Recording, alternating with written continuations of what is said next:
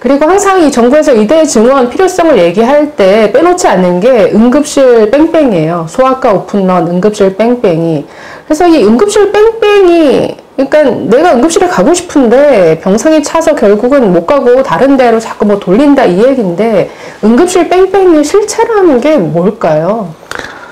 이번에 이제 의료 개혁을 이야기를 하면서 필수 의료 위기를 얘기를 하면서 두 가지를 얘기를 했죠. 응급실 뺑뺑이, 소아과 오픈런 이렇게 두 가지를 얘기를 했는데 이건 사실은 다 정부의 거짓말입니다. 둘 다. 이제 그런 필수 의료 얘기부터 먼저 얘기를 드려야 될 것 같은데요.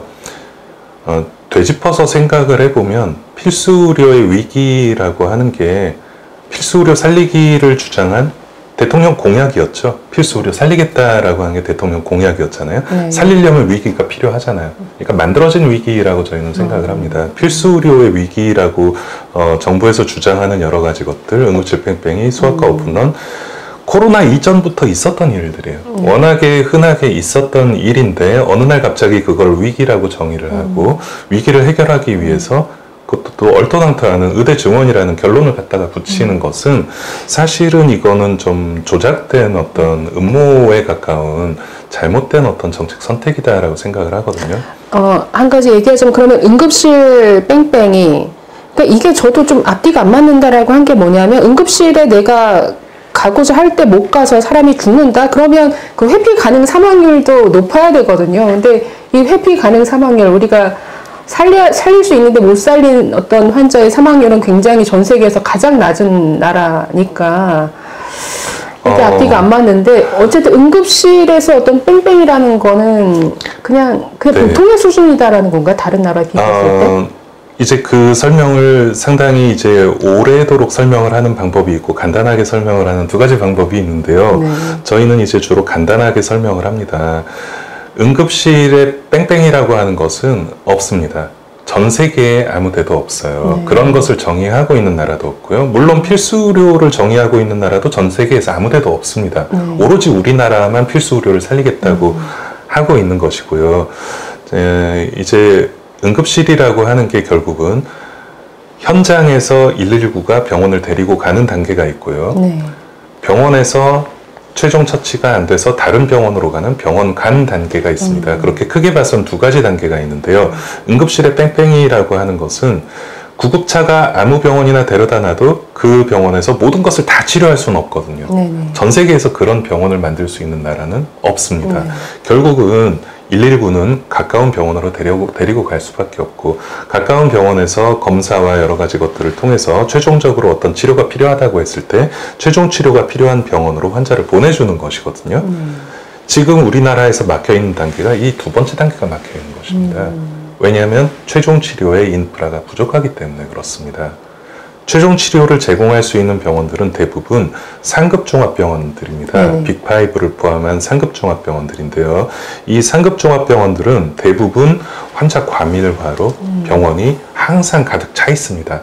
보내고 싶어도 받아주고 싶어도 받아줄 수 있는 여력이 되지 않는 거예요.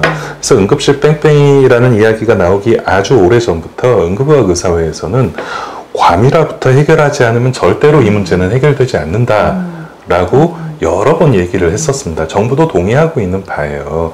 이 응급실 뺑뺑이를 해결하려면 연락을 하지 않고 바로 보내도 무조건 다 받을 수 있는 병원만 있으면은 이 문제는 생기지 않는 것입니다. 근데 전 세계 어느 나라도 그 부분을 해결하지 못하고 있기 때문에 결국은 두 번째 단계에서 지연이 생기게 되는 거죠. 게다가 이것이 이제 좀 과하게 표출이 된 거는 사실은 코로나 때예요. 코로나 때 우리가 감염 대응 능력이 얼마나 부족했나를 전 국민이 다 알게 됐죠. 왜냐하면 투자를 하지 않았었으니까요. 기억나시는 코로나 때 응급의료 대책이 한 번이나 있었나요? 아무것도 없었어요. 그냥 무조건 너희 알아서 받아라.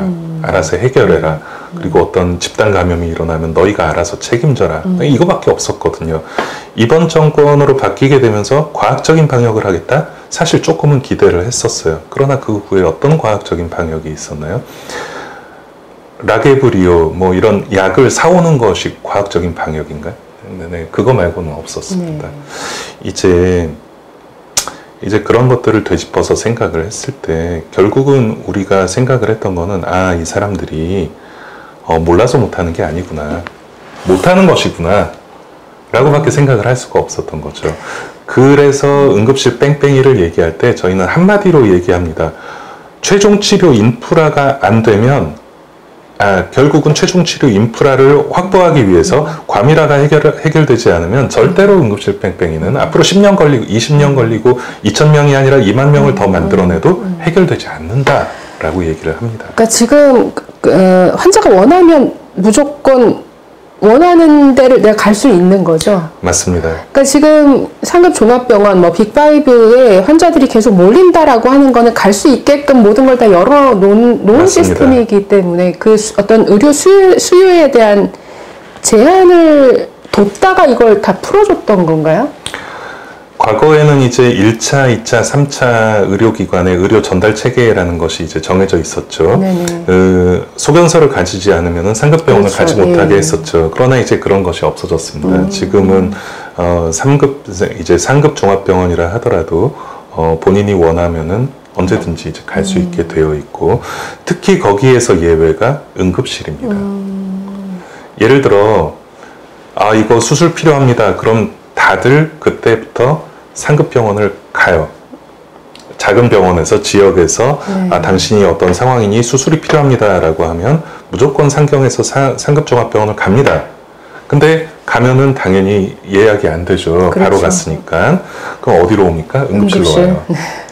예약을 해보니 예약이 안 돼서 빨리 보려고 응급실을 왔어요. 우리가 매일같이 듣는 이야기입니다. 근데 이런 다른 데 못 가면 응급실로 가. 그러니까 이런 편법을 전 국민이 사실 다 알고 있거든요. 맞습니다. 그러니까 제도가 이렇게 되어 있으니까 어떻게 보면 그것도 그 의료 소비자의 어떻게 보면 합리적인 선택이라고 할 수 있겠는데, 그러니까 이게 너무 제한 없이 열어준 것 자체가 좀 이게 개선해야 될 부분이 아닌가. 선진국들을 보면 의료기관 이용이 상당히 불편해요. 또 많은 비용이 듭니다. 일종의 제한을 두는 거죠. 하지 못해서 불편하게 만드는 것이 아니라 일부러 불편하게 만드는 것입니다. 사실 이런 의료 인프라라고 하는 것은 제한적인 자원이기 때문에 아껴서 써야 돼요. 누군가가 양보하지 않으면 정말로 필요한 누군가에게는 돌아가지 않는 이제 이런 것이 되는 거죠. 또 내 돈 쓰는 게 아니라 건강보험 재정에서 나가는 지출이니까 제한된 자원인데 거기에 대한 어떤 생각들이 없이 그냥 무조건 늘리면 돼. 무조건 더 만들면 돼. 서울대를 한 50개쯤 만들면 좀 해결이 되지 않을까. 그 돈은 다 국민들이 부담하셔야 될 돈이죠. 결국은 응급의료 체계는 어떤 이용의 장벽이 분명히 필요합니다. 지금 현재 코로나 이전을 생각해 보면 우리나라의 연간 응급실을 방문하는 환자 수가 연간 1,000만 명입니다. 연간 1,000만 명인데 연간 1,000만 명 중에서 약 절반 가까이는 경증 환자란 말이죠. 사실은 꼭 응급실을 당장 방문하지 않아도 되는 환자들이 절반을 차지를 해요. 또 70%의 환자들은 본인이 걸어서 응급실을 방문을 합니다. 30%의 환자들만이 119를 타고 내원을 한단 말이죠. 게다가 또 119를 타는 환자들조차도 경증 환자들이 상당히 높은 비율을 차지를 합니다. 단순히 코피만 나도 119를 타고 오고요. 심지어 귀에 콩이 들어갔다고 119를 타고 오고요. 그런 거 많이 보셨을 겁니다. 교통사고 현장에 119 출동한 거 보셨죠? 피해자는 항상 119 타고 옵니다. 가해자는 절대 안 타고 와요. 가해자. 네. 왜냐하면 공짜니까. 이제 그런 도덕적인 해이 부분이 되게 중요한 부분 말씀해 주셨는데요. 대통령께서 그 말씀을 하셨어요. 늘어나는 의료 수요를 감안하면 의대 증원이 필수적이다라고 얘기를 하셨어요. 바로 그 점이 저는 핵심이라 봅니다. 늘어나는 의료 수요를 줄일 생각을 먼저 해야 돼요. 네. 왜냐하면 불필요하게 과도하게 하는 의료 행위들 자체가 전 세계에서 유일하게 허용되는 나라가 우리나라거든요. 똑같은 질환을 가지고 하루에 4번까지, 예를 들어 열이 났는데 열이 떨어지지 않는다고 하루에 4번 병원을 방문한 사람도 얼마 전에 봤습니다. 내가 어떤 진단을 받았는데 믿지 못하겠다고 다시 진단을 받겠다는 사람들도 매일같이 수십 명을 봅니다. 이러한 수요 자체를 억제하지 않고서는 어떠한 정책도 의미가 없다. 우리나라 연간 외래 진료 횟수가 1인당 15.7회 전 세계 1위거든요. 그래서 이런 의료 수요를 제한하지 않으면 이게 건강보험 재정에서 계속 돈은 돈대로 나가고 어쨌든 응급하지 않은 환자가 응급실의 병상을 차지하고 있으니까 진짜 긴급한 환자가 들어가지 못하는 그러니까 이런 문제가 계속 발생하는 것 같은데 의료 어떤 수요에 대한 제한 없이 공급만 무조건 늘리려고 하는 생각은 좀 위험하다. 그래서 지금 정부에서 싫어하는 방법이죠. 네. 왜냐하면 수요를 제한을 하려면 국민들이 그렇죠. 동의를 해야 하니까요. 항상 어려운 문제인데 글쎄 오늘 굉장히 중요한 기로에 와 있죠. 이 의대 증원에 대한 집행정지 그 항고심 결과가 오늘 오후 5시로 예정은 되어 있으나 그 예정의 그 결과에 따라서 글쎄 인용이 되면 전공의 분들은 돌아오지 않을까 기대하시는 분도 있으신 것 같고 그래도 돌아오지 않을 것이다. 회의적인 시각도 있는데 좀 전공의 분들 얘기로 넘어가 볼까요? 지금 많이 떠나 있어요. 참 젊은 의사분들이 아주 열심히 일해야 될 시기에 일하지 못하고 좀 떠나 있는데 2월 말에 이 사직이 시작됐잖아요. 근데 그 이전에 2월 달에 그 필수 의료 패키지 나왔을 때부터 이거는 정말 오히려 필수 의료를 망치는 길이다. 그러니까 이렇게 봤다라는 얘기를 들었거든요. 어떤 면에서 그런 건가요? 잠시 좀 뒤로 돌아가면 2020년도에 그런 마찬가지로 이전 정권이었지만 의대 증원과 공공의대 설립 뭐 이제 이런 것들을 코로나 와중에 갑자기 던지면서 그때도 이제 전공의들이 한번 나갔었죠. 그때 이제 전공의들도 나갔지만 의과대학 학생들도 나갔었고 결국은 그때 국시를 제대로 치지 못하면서 많은 의과대학 학생들이 한번 고통을 받았던 때가 있습니다. 그게 불과 4년 전이에요. 결국은 합의 자체도 좀 이상한 식으로 되면서 이 젊은 친구들의 마음에 정말 큰 상처를 입었단 말이죠. 그 친구들이 지금의 전공의들입니다. 네. 경험이 있는. 근데 그 친구들은 정부가 해준 약속을 믿고 어찌됐거나 그 당시 상황이 정리가 됐던 것이거든요. 네. 그걸 이제 우리가 구사의정합의라고 하는데 구사의정합의에 담겨 있던 내용이 의대 증원은 의사와 의사단체와 합의하지 않고 진행하지 않겠다. 단독으로 진행하지 않겠다라고 했던 부분이 거기 이제 적혀 있던 부분이죠. 근데 이제 이전 정권의 약속을 지금 정권이 뒤집었단 말이죠. 이제 그런 것들을 보면서 이 친구들이 정부에 대한 신뢰를 완전히 잃어버렸어요. 저는 그 점이 되게 큰 부분이라고 생각을 하고요.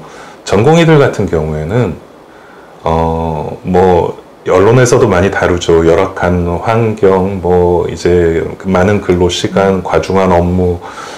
사실은 그게 포인트는 아니에요. 우리가 보통 어떤 직업을 하겠다라고 마음 먹을 때 처우가 아주 좋거나 아니면 근무 환경이 아주 좋거나 아니면 미래가 보장이 되거나 이 세 가지가 밸런스를 이룰 때 가장 그렇죠. 이상적인 직장이 되지 않습니까? 뭐 환경이 좋지 않아도 처우가 아주 좋다면 고려를 할 수도 있어요. 네, 뭐 환경도 좋지 않고 하지만 미래가 보장되어 있다면 그런 직업을 일시적으로 할 수 있겠죠. 전공의들은 아주 극단적으로 처우와 환경은 완전히 조금이지만 미래가 아주 컸던 그런 직군이란 말이에요. 3년에서 4년을 투자를 해서 본인이 전문의가 되고 나면 본인이 전문가로서의 어떤 삶을 살 수 있다라는 기대를 가지고 전공의를 하고 있는 것인데 정부의 2020년 또 올해의 상황을 보면서 이것은 언제든지 뒤집어질 수 있는 것이구나. 정부가 마음만 먹으면 의사라고 하는 직업 자체의 미래를 없애버릴 수 있겠구나 라는 부분에서 실망해서 사직서를 쓴 거예요. 2,000명이라는 숫자는 어떤 도화선이 됐을 수는 있지만 저는 모든 것이라고 생각하진 않거든요. 이 친구들이 실망을 해서 나갔기 때문에 결국은 이 친구들이 들어오려면 실망한 부분이 해결이 돼야 된단 말이죠. 그걸 할 수 있는 건 정부밖에 없습니다. 근데 아직도 정신을 못 차리고 있어서 그것이 문제죠. 지금 뭐 언론에서 쓸 때는 전공의들의 뭐 집단 파업 또는 집단 행동 이런 식으로 표현을 하거든요. 근데 전공의 분들은 아니다. 우리는 그냥 개별적으로 각자가 사직서를 던지고 사직한 상태지 집단 행동이 아니다라고 하는데 어떤 차이일까요? 2000년도에 의약분업 때는 파업이 맞습니다. 왜냐하면 저희는 이 단체 행동을 했고 어떤 저희의 아젠다가 있었고 또 저희가 주장하는 바가 있었고 목표 자체가 뚜렷했기 때문에 그렇습니다. 2020년도에도 전공의들이 그때는 이제 파업이라는 표현을 쓰지는 않았지만 형식 자체는 파업이었고요. 정부에서 내놓은 그 4가지 요구안에 대해서 우리가 거부를 한다라는 어떤 명분이 있었고요. 그러나 이제 이번 같은 경우에는 어떻게 보면 2020년에 정부의 실패를 이번 정권에서 아마 벤치마킹을 되게 연구를 많이 했던 모양입니다.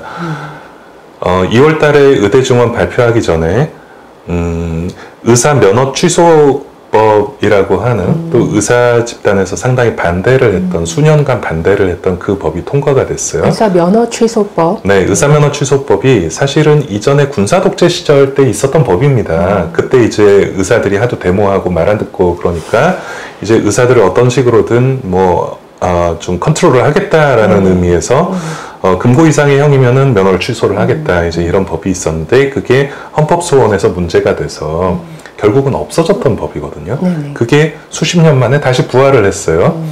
과거에는 의료법과 관련한 금고 이상의 형에서만 면허가 취소가 됐었는데 이제는 모든 법에서 금고 이상의 형을 받으면 의사 면허가 취소가 돼요. 의료행위 아니어도. 네, 맞습니다. 심지어 무슨 교통사고로 어떤 사망사고를 낸다 하더라도 면허가 취소가 될 수가 있고 이제 이런 것들이 먼저 선행되고 나서 2,000명이라는 의대 증원이 떨어지고 나니까 단체 파업을 하면은 다 면허 취소가 되게 생긴 거예요. 네. 그런 면에서 정부가 정말 많이 준비하고 시작을 한 일이구나 라는 그런 생각을 지울 수가 없고요. 이것은 준비된 어떤 문제였던가 라는 생각도 가지게 된 거죠. 결국은 그렇게 정부에서 머리를 써서 단체 파업을 하지 못하게 개별 사직으로 전공의들을 몰아간 것이거든요. 그것 때문에 정부가 오히려 지금 발목 잡혀 있는 상황이죠. 개별로 사직을 한 상황이니 정부와 어떤 합의를 한다 하더라도 이 친구들이 단체로 돌아올 수 있는 명분이 없는 그러네요. 거예요. 다 개인이 결정해야 될 문제로 맞습니다. 되어버려서. 이 모두를 설득하지 않으면 절대로 2월 6일 이전으로 돌아오지 못합니다. 그런 점에서 향후 5년에서 10년 우리나라 의료가 망했다라고 저희가 표현을 하고 있는 것이고요.